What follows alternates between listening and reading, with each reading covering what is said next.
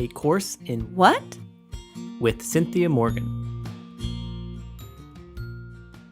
Hey, course friends. Welcome to A Course in What? I'm Cynthia Morgan, and this is a podcast in which I read and discuss the text of A Course in Miracles.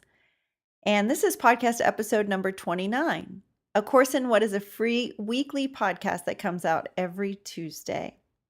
So before I begin our reading, I wanted to answer a question that a reader had. And I'm just going to read the question and then do my best to answer it. So she wrote, "My dearest friend of 30 years had a heart attack 2 days ago. She is going to be fine, will go on medication. One artery was 98% blocked, but she watches her diet, walks, and overall is in good health. The doctors put a stent in. As I sat with her during this 2-day hospital visit, I was aware this was a dream, that I was dreaming and placing meaning onto it. I was certainly peaceful about it. However, I realized that since the course, I have stopped consistently exercising and watching what I eat like I used to. I guess because the course teaches this is an illusion, I really stopped caring so much about my body. Now that I just experienced this with my best friend, I wonder if I have been using the illusion as an excuse not to care for my body like I used to. I am thinking that I need to get back on track and exercise regularly and eat a little better. I have found this illusion theme a bit unsettling, as I don't think it has been that helpful, and yet it is hard for me to separate the illusion from my course studies. I recently heard a quote that said, 'Take care of the body until the ego dies.' I've been thinking perhaps that is how I can work with the body and the illusion. Do you mind telling me how you balance the two concepts? One, this is an illusion, and two, the body isn't real. Yet I know having good health will mean less focus on the body. I hope this makes sense. The body and illusion has been a distraction for me in a certain way." So this is a really great question, and I want to thank you to the listener for letting me read this on the air and for writing it in. It's a question that I believe stems from the question that almost every serious student of the course asks themselves at one time or another along their journey with the course, and that is, what does it matter what I do if the world is an illusion? And so your question is just another form of that, just asking specifically about the body. And I think you're on the right track here with your thinking. If you've been following the podcast, and this is to any of the listeners out there, you may remember that we talked about the body as a learning device in chapter 2, section 4. Let's turn to that again for a moment. So it's chapter 2, section 4. It's at the bottom of page 23, paragraph 3. And I'm just going to read a couple sentences here. That first sentence, only the mind can create because spirit has already been created, and the body is a learning device for the mind. That's the important part of this sentence that I want you to take note of. The body is a learning device for the mind. And if we skip down to sentence 8, he says, the body is merely part of your experience in the physical world. Its abilities can be and frequently are over-evaluated. However, and this is important, it is almost impossible to deny its existence in this world. Those who do so are engaging in a particularly unworthy form of denial. And he goes on, the term unworthy here implies only that it is not necessary to protect the mind by denying the unmindful. And that's another way of saying by denying the body. So again, it's not necessary to protect the mind by denying the body. So you're not protecting your mind when you deny the body. If one denies this unfortunate aspect of the mind's power, one is also denying the power itself. So if you're denying your body, you're denying your mind's ability to create the body. So it's almost like you're denying the creative power of your own mind when you deny the body. So in this section, we can see that Jesus is advising us against the denial of the body and the world, but we'll stick with the body since that's our topic of discussion right now. If we look at our lives from the perspective that we're here to undo our ego or learn our atonement lessons, and we can't do it any other way than having this experience, because otherwise, why would we even be here? We chose this experience because we still have unforgiveness lessons to learn and guilt to relinquish. So if we look at it from that perspective, then we need the body to learn those lessons that we've agreed to come here and learn. I see it as a contract, or as Helen Schuckman would say, an assignment. Her assignment was to come here and to scribe A Course in Miracles. She needed a body to be able to do that. You too have assignments in this world. Those assignments require a body. There's no way around it at this point. So if you neglect the body or you don't care for it, it will simply deteriorate. And then you won't be able to learn those lessons. Then you just have to keep coming back over and over and over again. And I suppose there's a lesson in doing that too, but who really wants to do that, right? It makes sense then that to take care of your body while you think you're in it is important because it serves a purpose. The ego has been saying to you that there's no purpose in your body. It's all an illusion. What does it matter? There's no purpose here. But that's the flip side to the same coin that says on the other side, the body is your home. It's amazing. It's everything you have. It's all you have. It's like someone who gets tons of plastic surgery or is obsessive over exercise or food or whatever. That would be the flip side to why bother? It's all an illusion. Both are extreme. Both are excessive. There is a middle path, as the Buddha would say. That's the path that I think we need to take. We can't deny that our body needs certain things in this dream in order to stay alive. It needs food and water and air and sleep. It needs a lot to keep living. And if we feed it only Mountain Dew, we're going to have a serious physical problem, most likely down the line. I just saw a documentary about a guy who only drinks Mountain Dew. He's like, I don't know, 30 years old or something. And he says that he never drinks any water. He's only ever drank Mountain Dew. And to me, like, he's going to eventually have a serious health problem because of that choice. And it's true that our body isn't who we are.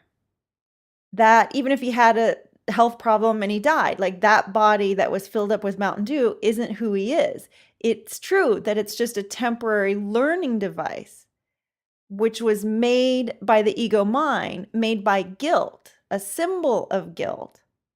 But, and this is the important thing, and this is where I think the questioner is right on track and getting to, but surrender to the Holy Spirit, it becomes a tool for bringing us home. So I would say to you, to the questioner, it's time to forget why your ego made the body right now and focus instead on the part of the Course that tells us that it's a tool for the Holy Spirit to bring you home. Then, of course, if that's your perception, you would take care of your body because you need it in order to get home. You need it in order to learn those lessons. I liken the body to a rental apartment. It's not your permanent home, but while you're in it, it's a temporary home, and you should keep it as healthy and clean and tidy of an environment as you can. And it's the same with the body. It's not your true eternal home, but you have a perception that you're in it. And you can't deny that perception. You can't deny your experience of being in your temporary rental apartment. You can't deny your experience of being in your temporary rental body. So you work within that perception and you keep it clean and tidy, so to speak. And it's important to note that most of us read A Course in Miracles filtering it through our ego. And the ego often uses the Course to make us feel even more guilty. So if we get sick, we feel guilty. If we're not taking care of our body, we feel guilty. If we are taking care of our body, we feel guilty. I mean, the ego is so insidious. It knows us really well. So it knows your particular triggers and how to get you. If we read the Course through the mind of love, however, we see everything as a means to extend that love, including to the body. The body was made by the mind as a symbol of separation. But now that we've made the body, the Course guides us step by step, and that's what the workbook is, to relinquish that guilt in our mind. And then everything becomes neutral. The body becomes neutral. It's nothing. It's neither good nor bad. But the mind then can assign the body a new purpose. And that's the Holy Spirit's purpose. Once we assign that purpose to the body, then we're guided differently in the world. And that shows up as different behavior. So maybe the guy starts drinking more water instead of Mountain Dew. I mean, I doubt if we surrendered the body to the Holy Spirit, we would be guided to drink Mountain Dew all day. Rather, I think that the love in our mind would guide us to eat healthy because that helps us to feel good. So you're not helpful in your own life or in helping the world to wake up if your body isn't functioning well. And that's generally speaking, of course. Everything can be a teaching tool, but if I feel sick each day because I'm weak or I'm not eating healthfully, then I can't even do this podcast. I'm less effective in my own life and in the lives of others. I'm not a very good steward for the Holy Spirit if I'm crashing from a sugar high. I mean, what use am I really in that state?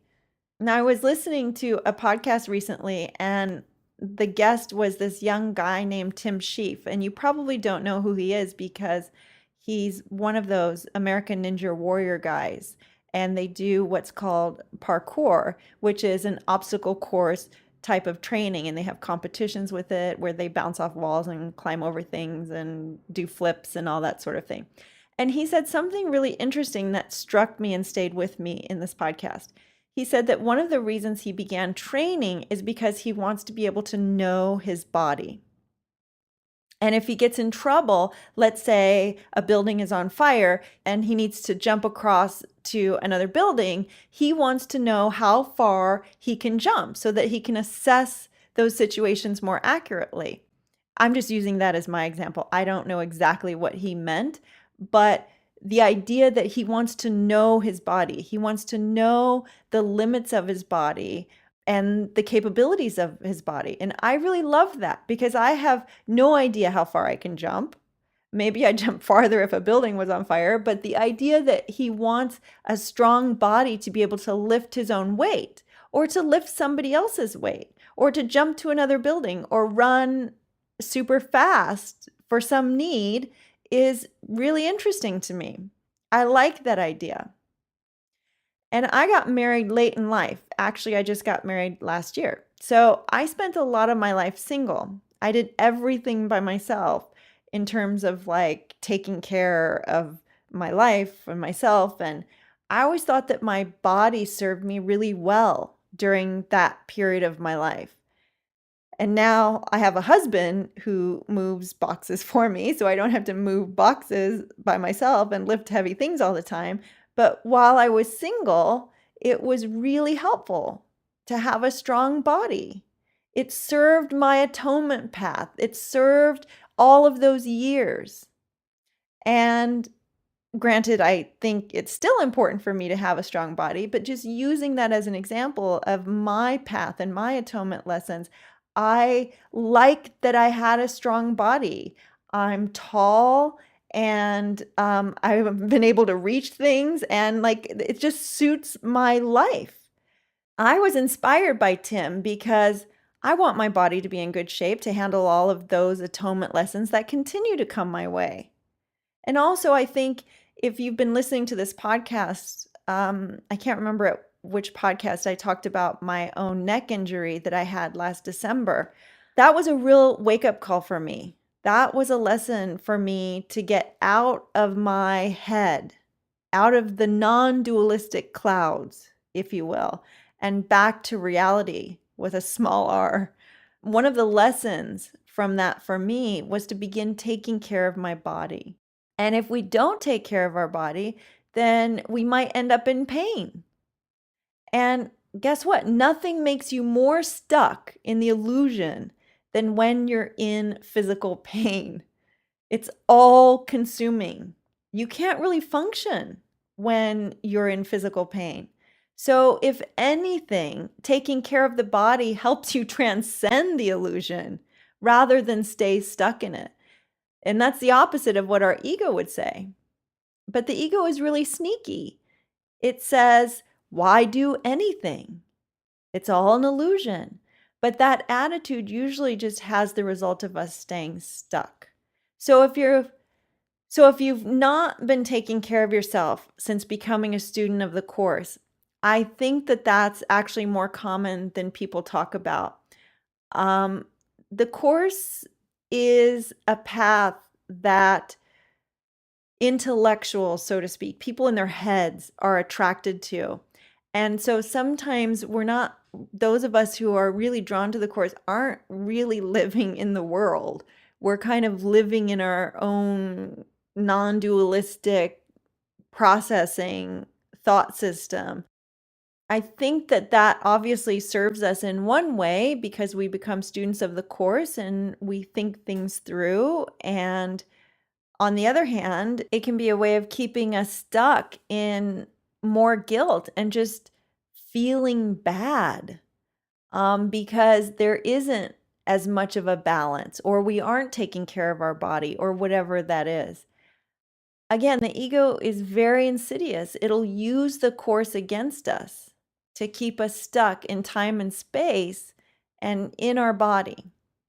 So the next step is just to recognize that that's what the ego has been doing. And lately, to the questionnaire, you've been going through a reevaluation process. That's obvious. And that old way of not taking care of your body isn't working. Or you wouldn't have written the question. Something isn't right. And as Bob Dylan says, when it's not right, it's wrong. So it doesn't feel good, or whatever is occurring for you right now. Something's off. And your friend's heart attack is, in some ways, a wake-up call to you. The wake-up call is there's another way. There's another way of living and being in the world. And that comes by surrendering your perception. And in this case, surrendering your perception of your body to the Holy Spirit and asking Him to teach you how best to use your body to serve His plan for your life and your atonement lessons. I sort of live by the rule now of having one foot. If I had both feet in the non-dualism of A Course in Miracles, I now have one foot in the non-dualism and one foot in LA, as in my case, or wherever you live. You have one foot in non-dualism and you have one foot firmly planted on the ground in which you live. And if you're too into the non-dualism, then you may be denying your experience, which is, as we read in the beginning, is unhealthy, he's telling us. There are consequences to that denial. And if you're too into the body, there are also consequences to that as well. I mean, there's a million examples of that. So it's all about balance. Kenneth Wapnick used to say, don't forget to be normal. Don't forget to do the normal things that normal people do, to take care of your body, to be responsible, and so forth. Yet at the same time, knowing that the body is simply a temporary learning device. It isn't your home. And that's why I said in the last podcast episode to just start loving your body. That's better than hating your body. That's better than being in conflict with your body. Just start loving your body. Send your body some love. See it for what it is and feel grateful for this learning device that serves the purpose of helping you to come home. And in the meantime, once you surrender the body to the Holy Spirit, you'll begin to feel guided on what to do with it. And that just comes from accepting that love in your mind. And that the result of that is different, really specifically for everybody. Okay, so I know that we're going to continue to talk about this topic, this very important topic, as we move through A Course in Miracles. And I'm telling you, it is so important because I really think that it screws people up when they get too much in the non-dualism of A Course in Miracles or anything really, and they deny their experience in the world. And that's why Jesus keeps telling us over and over again that this is, it's unworthy of us to be in denial of our experience. We have this amazing creative ability in our mind, and this is just another thing that we have made, this experience. And so now we need to have a certain amount of respect for what our amazing creative mind has created and let it serve a new purpose for us. So again, I hope that helped, and we'll continue to talk about this as we move forward.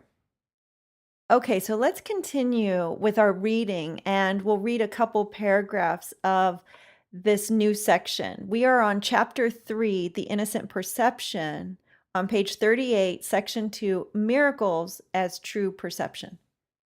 The title of this section is Miracles as True Perception. What is the miracle?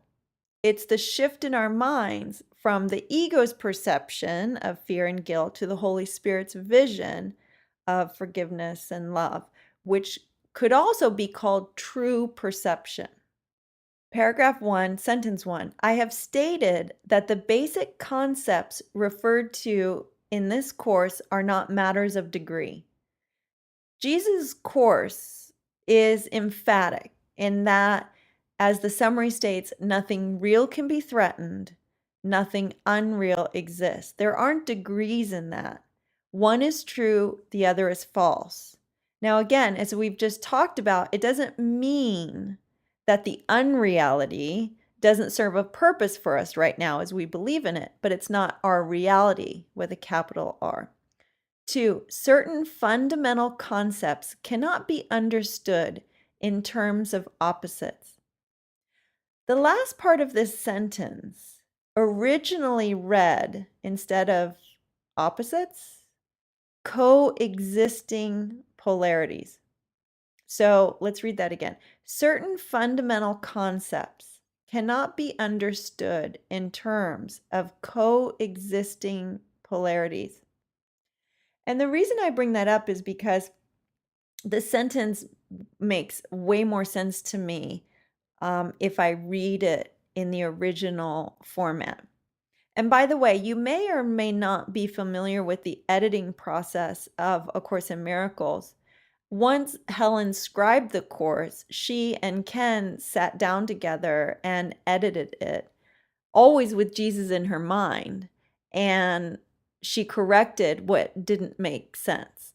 And they corrected and formatted what didn't make sense. And Ken always stated that every change made in A Course in Miracles in that editing process was approved by Jesus. And certainly the course is much more readable because of that tedious process that they undertook. But sometimes sentences make more sense, at least to me, with the original structure or word choice. Not very often.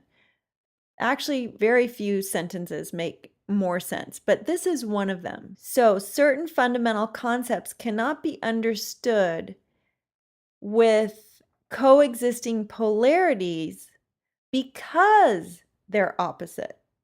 And 3, it is impossible to conceive of light and darkness or everything and nothing as joint possibilities. And that helps to explain that sentence as well, the previous one.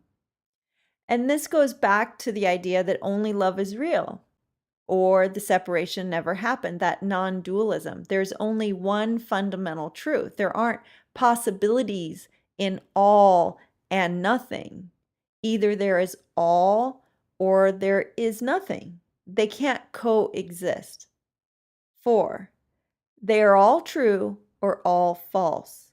So believing only in one automatically excludes the other.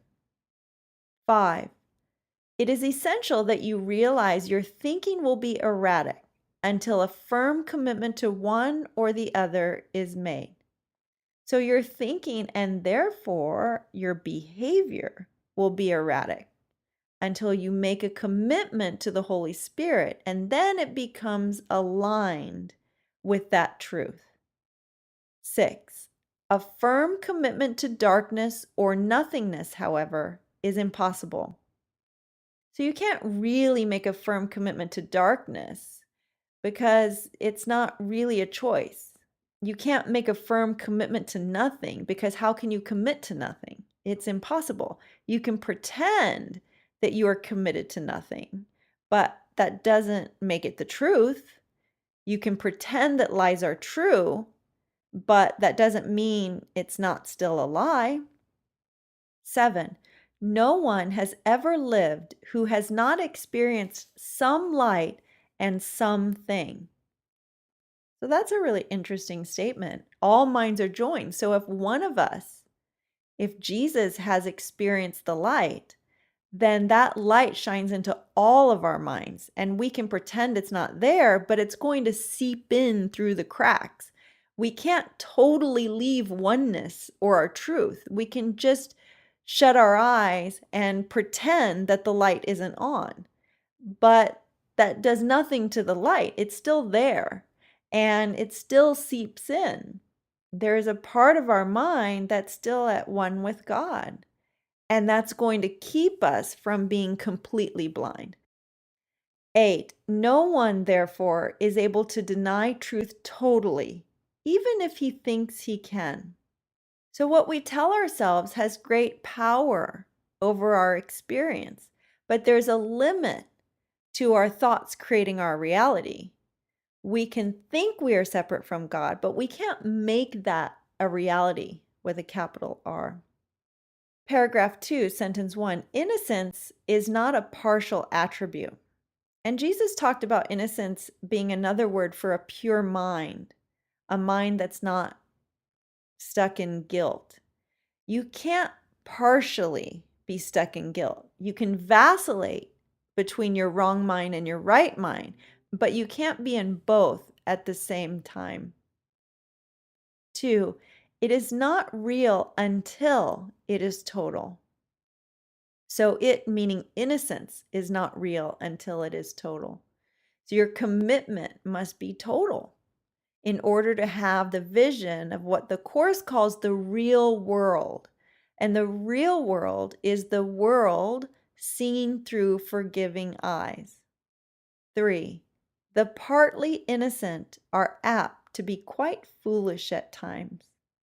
And this sentence originally, the word, even though foolish is a strong word, it originally said to be quite stupid at times, which is really funny, isn't it? So, I mean, he's calling us stupid.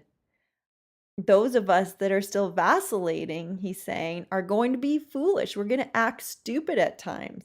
And what does he mean by being foolish or stupid? We're going to be starting with the assumption, the foolish or stupid assumption that we are a body. And from there, with that premise, we'll look out into the world and see other bodies that are separate from us. And we'll look to have our body fulfilled through other things in the world and completely forget that we have a mind. We will foolishly think that we are our body and that others are their body, and what they do has an effect on reality, or what we do has an effect on reality.